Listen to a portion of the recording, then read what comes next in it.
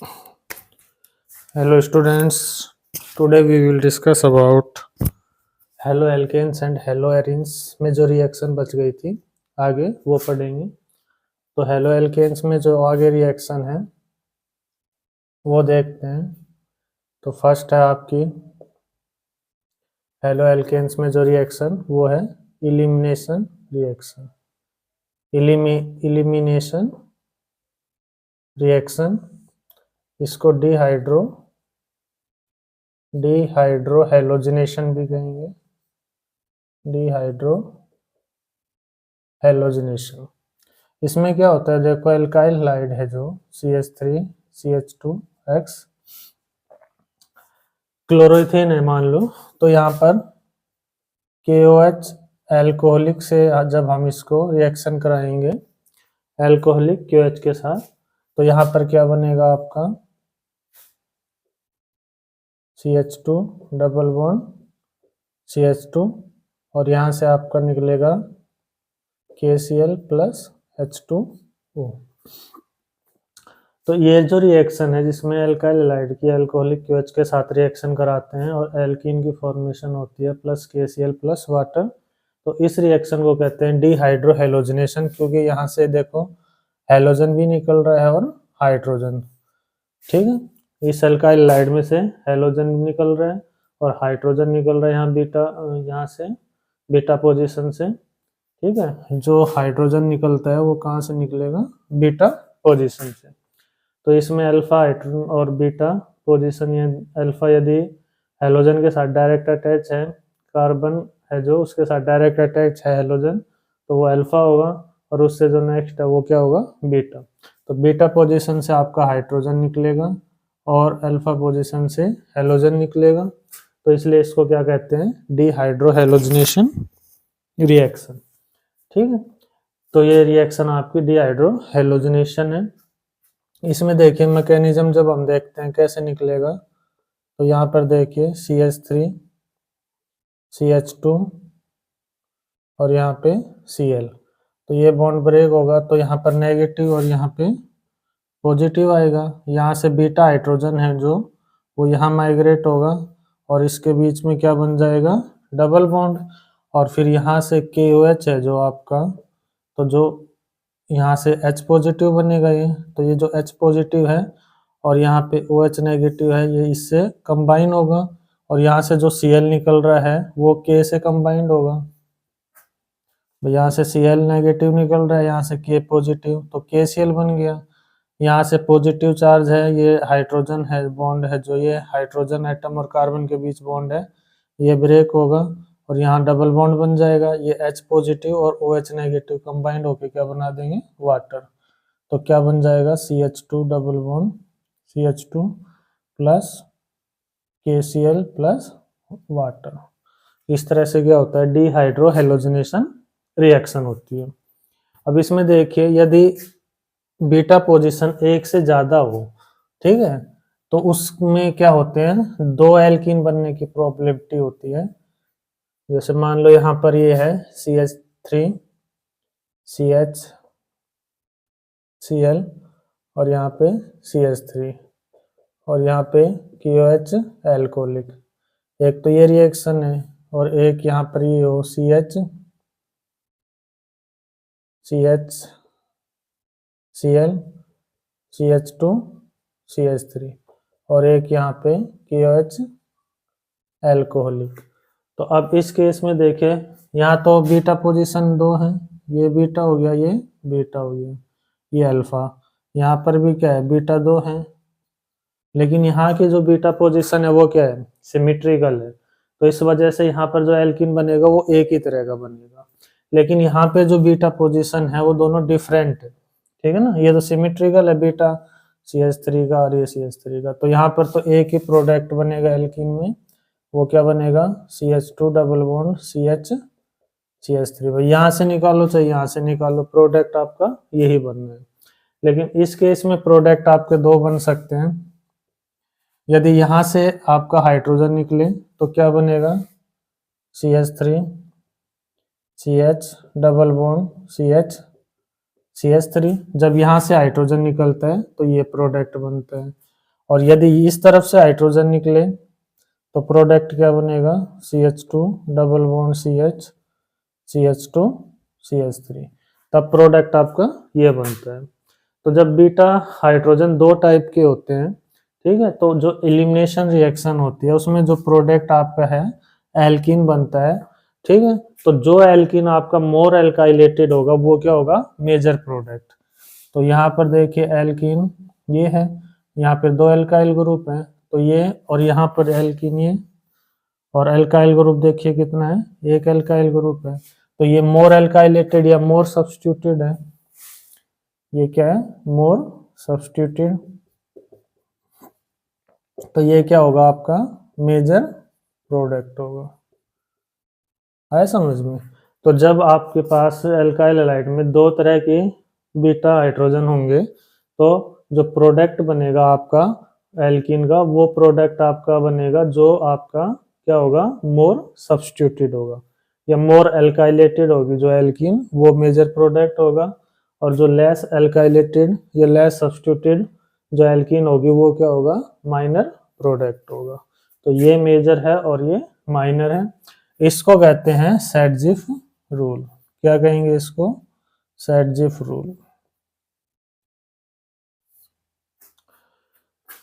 आया समझ में, सैडजिफ रूल क्या कहता है, in an alkyl halide when more than one type of beta hydrogen atom present then dehydrohalogenation occur in such a way that the alkene form is major product which is more alkylated या which is more substituted। ठीक है, क्या कहता है Saytzeff rule, यहाँ पर देखते हैं, या है ना समझ में, बीटा पोजीशन है जो दो है, तो यहाँ से निकलता है आपका तो ये बनता है एल्कीन, और यहाँ से निकलेगा तो ये बनेगा। तो मोर सब्स्टिट्यूटेड एल्कीन आपका ये होगा, तो ये मेजर प्रोडक्ट होगा, ये माइनर होगा। मेजर क्यों होता है, क्योंकि यहाँ पर जो एल्कीन है उसमें क्या होता है, मोर एल्काइलेटेड है। तो यहाँ पर देखिए कितने अल्फा हाइड्रोजन है, 3 यहाँ पर और 3 यहाँ पर, तो 6 अल्फा हाइड्रोजन है। जितने ज्यादा अल्फा हाइड्रोजन होंगे उतनी ज्यादा क्या बनेगी, हाइपर कंजुगेटेड स्ट्रक्चर बनेगी, और जितना ज्यादा हाइपर कंजुगेशन होगा उतनी क्या होगी, एल्कीन स्टेबल होगी। यहाँ पर अल्फा हाइड्रोजन कितने हैं आपके पास, इसमें 2 ही अल्फा हाइड्रोजन है, ठीक है ना। तो यहाँ पर आपकी जो हाइपर कंजुगेटेड स्ट्रक्चर है ज्यादा बनती है, इसलिए मोर स्टेबल है। यहाँ पर हाइपर कंजुगेटेड स्ट्रक्चर लेस बनेगी, इसलिए ये एल्कीन क्या है, लेस स्टेबल है। अब देखें सैडजिफ रूल आपको बता दिया मैंने, लिखना कैसे हुआ आप देख लो, है। तो सैडजिफ रूल क्या कहते हैं,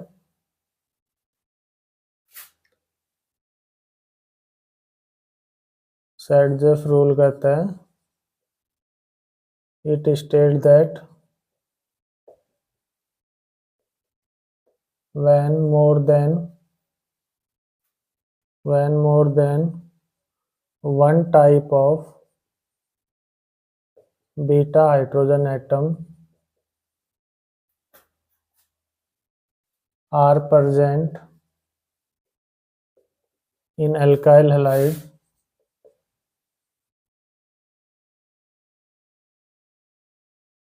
then the dehydrohalogenation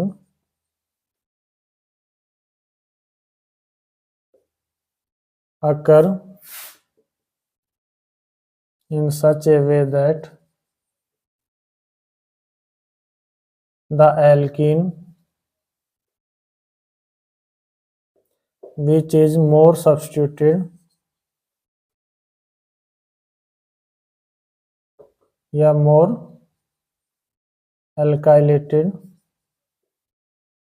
is formed is major product. ठीक है, यदि एक से ज्यादा टाइप के बीटा हाइड्रोजन एटम है एल्काइल हैलाइड में तो डीहाइड्रोहाइड्रोजनेशन वैसे इस तरह से होगा कि जो एल्कीन बनेगी आपकी मोर सब्स्टिट्यूटेड, वो मोर एल्काइलेटेड है जो वो मेजर आपकी प्रोडक्ट होगी, और जो लेस एल्काइलेटेड होगी एल्कीन वो क्या होगी, आपका माइनर प्रोडक्ट होगा। तो ये था आपका सैडजिफ रूल। इसके बाद नेक्स्ट रिएक्शन देखते हैं, reaction with metal. Alkyl halide की जब हम रिएक्शन करते हैं मेटल के साथ, रिएक्शन विद मेटल, तो एल्काइल हैलाइड की रिएक्शन करेंगे जब हम मान लो लिथियम के साथ करते हैं, तो ये हमेशा किसकी प्रेजेंस में होंगी, ड्राई ईथर की प्रेजेंस में होगी। तो ड्राई ईथर को जब हम लेते हैं, 2 मॉलिक्यूल लिथियम लेंगे तो R एल्काइल लिथियम बनेगा प्लस लिथियम हैलाइड बनेगा। इसी तरह जब एल्काइल हैलाइड की हम मैग्नीशियम के साथ करते हैं ड्राई ईथर की प्रेजेंस में, तो क्या बनता है आपका RMgX। ये इंपॉर्टेंट है, RMgX को हम क्या कहते हैं, ग्रिग्नार्ड रिएजेंट। क्या है ये, ग्रिग्नार्ड रिएजेंट, इंपॉर्टेंट रिएजेंट है। इसको जब भी कोई प्रोटॉन कंटेनिंग मॉलिक्यूल्स मिलता है तो उसके साथ ये रिएक्शन करता है और क्या बना देता है, जैसे वाटर है तो इसमें H पॉजिटिव डोनर होगा, ठीक है ना, H पॉजिटिव का सोर्स है, तो उससे साथ रिएक्शन करके जो ग्रिग्नार्ड रिएजेंट क्या बना देता है, एल्केन की फॉर्मेशन कर देता है। और यहाँ पर क्या बनेगा, MgOH। तो ये है आपका ग्रिग्नार्ड रिएजेंट। और ये जो प्रोटॉन सोर्स होते हैं जितने भी, उनके साथ रिएक्शन करके क्या बनाता है, एल्कीन बना देता है, ये एल्केन बना देता है, सॉरी क्या बना देगा, एल्केन बना देगा। इसके बाद है इसमें जब एल्काइल हैलाइड रिएक्शन करता है सोडियम मेटल के साथ ड्राई ईथर की प्रेजेंस में, तो यहाँ पर 2 मॉलिक्यूल एल्काइल हैलाइड लेते हैं, सोडियम के साथ रिएक्शन करेगा तो आपका क्या बनेगा, एल्केन बनेगा। और इस रिएक्शन को हम कहते हैं, इस रिएक्शन को क्या कहेंगे, वुड्स रिएक्शन। क्या कहते हैं इसको, वुड्स रिएक्शन, ठीक है। तो वुड्स रिएक्शन क्या होती है, एल्काइल हैलाइड की रिएक्शन जब सोडियम से करते हैं ड्राई ईथर की प्रेजेंस में, तो एल्केन बनता है और सोडियम हैलाइड बनता है। इस रिएक्शन को हम क्या कहेंगे, वुड्स रिएक्शन, इंपॉर्टेंट है, ठीक है। तो इस तरह से जो एल्काइल हैलाइड है वो मेटल के साथ रिएक्शन करेंगे। इसमें देखिए आगे वुड्स रिएक्शन में कैसे होते हैं, मान लो 2 मॉलिक्यूल लेंगे CH3Br, ये सोडियम मेटल के साथ रिएक्शन करेगा, प्लस यहाँ पर क्या होगा, CH3Br, ठीक है। तो ये आपका NaBr बाहर निकल जाएगा और यहाँ पर क्या बनेगा, CH3 प्लस NaBr। तो इसको कहेंगे हम वुड्स रिएक्शन। इसके बाद देखते हैं अराइल हैलाइड्स। अराइल हैलाइड्स में आप देखेंगे तो जो अराइल हैलाइड्स हैं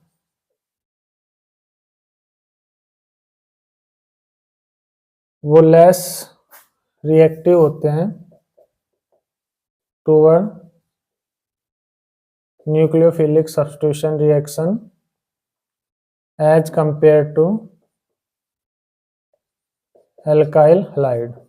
एल्काइल हैलाइड है जो, उनके कंपैरिजन में ये लेस क्या होंगे, रिएक्टिव होते हैं न्यूक्लियोफिलिक सब्स्टिट्यूशन रिएक्शन की तरफ।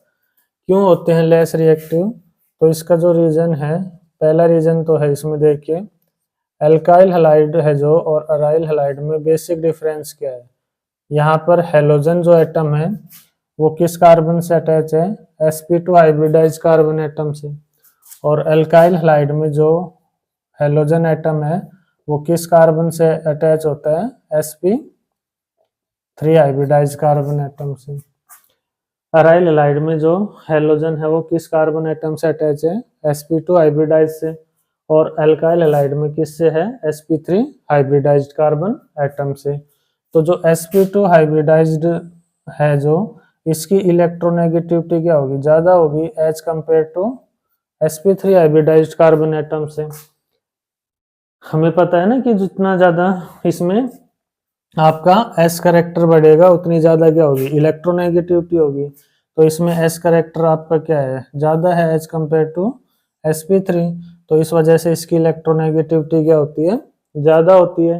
अब इसकी इलेक्ट्रोनेगेटिविटी ज़्यादा होगी sp2 हाइब्रिडाइज कार्बन एटम की, तो यहाँ पर क्या होगा, ये जो बॉन्ड है आपका कार्बन और हेलोजन बॉन्ड है जो, ये इस केस में क्या होगा, लेस पोलर होगा, और इस केस में क्या होगा, ये मोर पोलर होगा। ठीक है ना भाई, यहाँ पर क्या है, ये sp2 हाइब्रिडाइज है तो ये कार्बन एटम मोर इलेक्ट्रोनेगेटिव है, तो इसको अपनी तरफ खींचेगा, है ना ज्यादा, तो जो पोल बॉन्ड है वो क्या होगा, लेस पोलर होगा। इसमें इसकी इलेक्ट्रोनेगेटिविटी कम होगी इसके कंपैरिजन में, तो ये जो बॉन्ड है ये इलेक्ट्रॉन हेलोजन है जो अपनी तरफ ज्यादा लेगा, तो इस वजह से ये जो बॉन्ड है आपका कार्बन और हेलोजन के बीच में, ये क्या होगा, मोर पोलर होगा, और इस वजह से जो एल्काइल हैलाइड है वो क्या होंगे, मोर रिएक्टिव होते हैं as compare to aryl halide. एक रीजन तो आपका ये हो गया। दूसरा रीजन देखिए इसमें क्या है कि जो अराइल हैलाइड हैं, जो हेलोजन है, अराइल हैलाइड में जो हेलोजन है वो डायरेक्टली किसके साथ अटैच है, carbon carbon carbon benzene ring है जो उसके कार्बन के साथ अटैच है। तो यहाँ पर क्या होता है कि जो लोन पेयर इलेक्ट्रॉन है उनमें क्या होती है, रिजोनेंस होती है, और रिजोनेंस होने की वजह से जो कार्बन और हेलोजन है उसके बीच में कैसा बॉन्ड आ जाता है, डबल बॉन्ड आ जाता है। ठीक है ना, कार्बन और हेलोजन है जो इसके बीच कैसा बॉन्ड आ जाएगा, डबल बॉन्ड आ जाएगा। ठीक है ना, यहाँ पर ये इलेक्ट्रॉन यहाँ पर जाएंगे तो यहाँ डबल बॉन्ड आ जाएगा, और ये इलेक्ट्रॉन यहाँ जाएंगे तो यहाँ नेगेटिव चार्ज आ जाएगा। अब ऐसे आपका रिजोनेंस होता जाएगा आगे। ठीक है, तो रिजोनेंस की वजह से जो इसके लोन पेयर इलेक्ट्रॉन हैं वो यहाँ पर रिजोनेंस में यूज हो रहे हैं, और जो एल्काइल हैलाइड है उसमें ऐसा कोई रिजोनेंस होता नहीं है। तो रिजोनेंस की वजह से जो आपका ये हैलाइड ग्रुप है, हेलोजन ग्रुप है, वो रिजोनेंस में यूज हो रहा है, तो इसलिए इसका जो सब्स्टिट्यूशन है वो क्या होगा, कम होगा। इस केस में कोई रिजोनेंस नहीं है, इसमें देखो कार्बन और हेलोजन के बीच डबल बॉन्ड आ गया, और डबल बॉन्ड करेक्टर आने की वजह से डबल बॉन्ड करेक्टर अराइज होता है, डबल बॉन्ड करेक्टर अराइज किस केस में, अराइल हैलाइड में, जिसकी वजह से ये बॉन्ड कैसा हो जाएगा, स्ट्रांग हो जाएगा बॉन्ड, और जो हेलोजन है वो क्या होगा, बाहर मुश्किल से निकलेगा, है ना। तो इस वजह से क्या होगा, इसमें रिएक्टिविटी कम होती है, और ये जो है आपका एल्काइल हैलाइड इसमें कोई ऐसा रिजोनेंस नहीं है। ठीक है, तो इस वजह से ये जो हेलोजन ग्रुप है ये बाहर आपका सब्स्टिट्यूट हो सकता है आसानी से, तो इस वजह से ये मोर रिएक्टिव होता है और ये लेस रिएक्टिव होता है। तो ये आपके कारण इसमें रीजन थे कि जो एराइल हैलाइड है वो क्यों लेस रिएक्टिव होता है। तो पहला कारण तो sp2 हाइब्रिडाइज कार्बन एटम है, इसमें sp3 है, तो इसकी इलेक्ट्रोनेगेटिविटी ज्यादा होगी, तो इस वजह से क्या होगा, ये हेलोजन को अपने तरफ ज्यादा खींचेगा, इसलिए जो हेलोजन है वो बाहर नहीं निकल पाएगा। दूसरा, यहाँ पर रिजोनेंस में ये जो लोन पेयर है हेलोजन के, ये रिजोनेंस में यूज हो जाते हैं, जिसकी वजह से यहाँ डबल बॉन्ड करेक्टर अराइज होगा जो स्ट्रॉन्ग होता है bond as compare to single bond. ठीक है ना, तो इस वजह से क्या होगा, यहाँ पर रिजोनेंस की वजह से डबल बॉन्ड करेक्टर अराइज होगा, और इस वजह से जो हेलोजन है वो सब्स्टिट्यूट नहीं हो पाएगा। इसके बाद देखते हैं reaction is of aryl halide. तो इसमें आपका एक होता है डाउस प्रोसेस। तो जब अराइल हैलाइड है जैसे क्लोरोबेंजीन, इसकी रिएक्शन जब हम NaOH के साथ करेंगे, एक्वस NaOH के साथ, और H positive, 623 kelvin temperature, 300 atmospheric pressure. ठीक है, क्लोरोबेंजीन की जब हम एक्वस NaOH के साथ करेंगे और साथ में क्या करेंगे, H पॉजिटिव कोई डोनर होगा, 623 केल्विन टेम्परेचर, 300 एटमॉस्फेयर प्रेशर में, तो आपका क्या बनेगा, यहाँ पर फिनॉल बन जाएगा। पहले देखिए जब हम इसमें NaOH डालेंगे तो पहले तो ये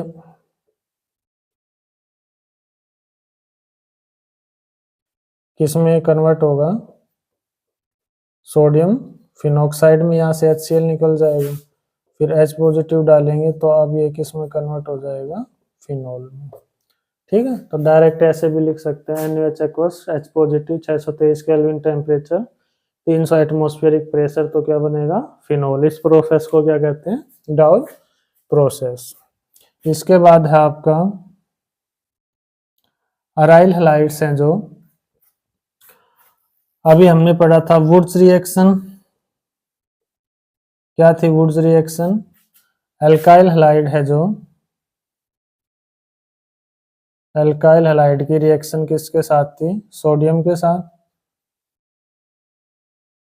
किसकी प्रेजेंस में, ड्राई ईथर की प्रेजेंस में। तो क्या बन रहा था, CH3 और यहाँ से क्या निकल जा रहा था, NaBr। ये तो वुड्स रिएक्शन थी। अब एक आती है फिटिंग रिएक्शन और एक आती है वुड्स फिटिंग रिएक्शन। तो तीनों में इंपॉर्टेंट है, देखिए वुड्स फिटिंग रिएक्शन और फिटिंग रिएक्शन क्या होती है। देखिए फिटिंग रिएक्शन में क्या यूज करेंगे हम, अराइल हैलाइड। मान लो ये है क्लोरोबेंजीन प्लस सोडियम, यहाँ पर आपका क्लोरोबेंजीन, तो यहाँ से NaCl बाहर निकल जाएगा और यहाँ पर क्या बचेगा आपका,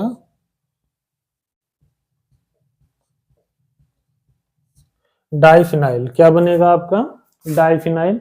तो जब अराइल हैलाइड का यूज करते हैं सोडियम मेटल के साथ ड्राई ईथर की प्रेजेंस में, तो कौन सी रिएक्शन कहलाएगी आपकी, फिटिंग रिएक्शन। वुड्स रिएक्शन में एल्काइल हैलाइड का यूज होता है, फिटिंग रिएक्शन में अराइल हैलाइड का यूज होगा, और एक होगी आपकी वुड्स फिटिंग रिएक्शन। तो दोनों होंगे, इसमें एल्काइल हैलाइड भी होगा और अराइल हैलाइड भी होगा। तीसरी क्या है आपकी, Wurtz Fittig reaction. Wurtz Fittig reaction में क्या होता है, देखिए CH3Cl प्लस Na, यहाँ पर Cl, तो यहाँ से क्या निकलेगा, NaCl ड्राई ईथर की प्रेजेंस में, और क्या बनेगा यहाँ पे,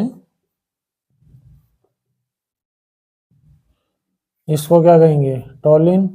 बेंजीन के ऊपर यदि CH3 ग्रुप लगाए तो उसको क्या कहते हैं, टोलिन या फिर मिथाइल बेंजीन। तो यहाँ पर देखिए वुड्स रिएक्शन में आपका एल्काइल हैलाइड होता है, फिटिंग रिएक्शन में अराइल हैलाइड होते हैं, और वुड्स फिटिंग रिएक्शन में एक मॉलिक्यूल आपका एल्काइल हैलाइड का होगा और एक मॉलिक्यूल क्या होगा, अराइल हैलाइड्स का होगा।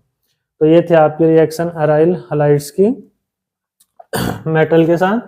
इसके बाद है आपकी इसमें दो तीन रिएक्शन और बच गई, जैसे halogenation, nitration, Friedel craft reaction. तो हेलोजिनेशन करेंगे जब,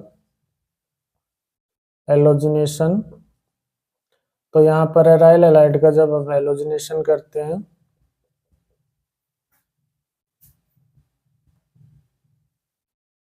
मान लो इसमें Br2 लगाना है, किसकी प्रेजेंस में, FeBr3 की प्रेजेंस में। तो यहाँ पर जो लगेगा ब्रोमीन, वो लगेगा आपका ऑर्थो और पैरा पे, और जो पैरा प्रोडक्ट होगा वो मेजर प्रोडक्ट होगा। इसी तरह जब फ्रीडल क्राफ्ट एल्काइलेशन देखते हैं, फ्रीडल क्राफ्ट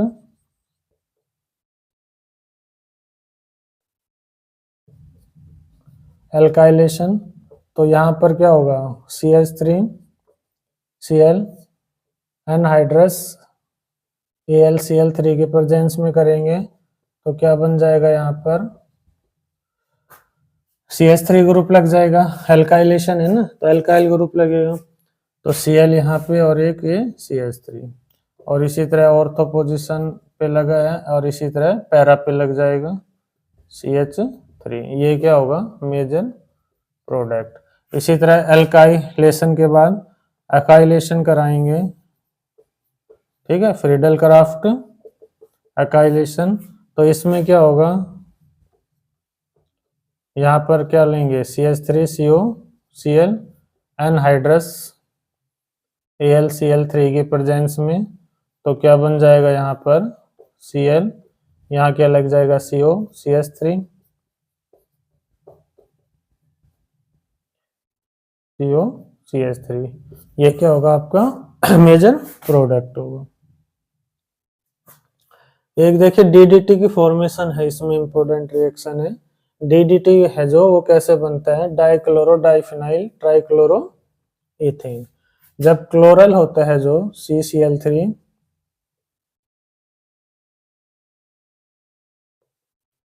CHO, इसको क्या कहेंगे क्लोरल,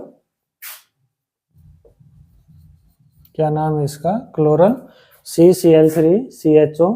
जब इसकी हम रिएक्शन करते हैं दो मॉलिक्यूल क्लोरोबेंजीन के साथ,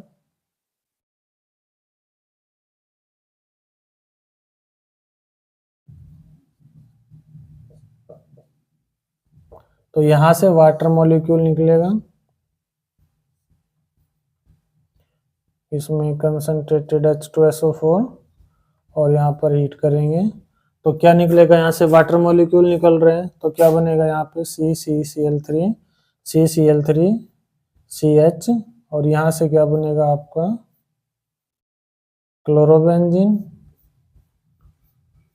और यहाँ से क्लोरोबेंजीन, और वाटर मॉलिक्यूल क्या होगा बाहर निकल जाएगा। जब हम क्लोरल की रिएक्शन दो मॉलिक्यूल क्लोरोबेंजीन से करवाते हैं तो वाटर है जो उसका रिमूवल होता है, कंसंट्रेटेड H2SO4 की प्रेजेंस में हीट करेंगे तो यहाँ पर वाटर का रिमूवल होगा, और जो ये प्रोडक्ट बनेगा इसको हम क्या कहेंगे DDT कहेंगे। DDT क्या होता है, अब देखो यहाँ पर पैरा पोजीशन पे है तो P ठीक है। डाइक्लोरो डाइफिनाइल, अब यहाँ पर दो है क्लोरीन है ना, तो डाइक्लोरो डाइफिनाइल, फिनाइल दो है, डाइक्लोरो डाइफिनाइल ट्राइक्लोरो तीन है, ट्राइक्लोरो, और कितने मॉलिक्यूल हैं दो हैं कार्बन के, तो इथेन। तो क्या नाम हो गया इसका para paradise dichloro diphenyl trichloro ethane, इसको कहते हैं DDT। ठीक है, तो ये रिएक्शन थी आपकी हेलो एरिन्स की। इसके बाद आपका बच जाता है पॉली हैलोजन कंपाउंड्स, ठीक है, वो आपके नेक्स्ट क्लास में पढ़ेंगे।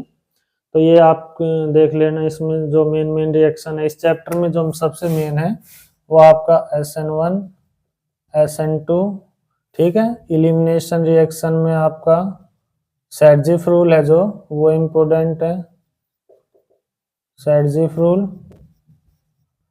वुड्स रिएक्शन, फिटिंग रिएक्शन,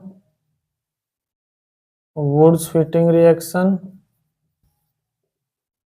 और आपका जो पॉली हैलोजन कंपाउंड आएगा वो, ठीक है। ये सब चीजें आपकी इस चैप्टर में सबसे ज्यादा इम्पोर्टेंट है। Thank you.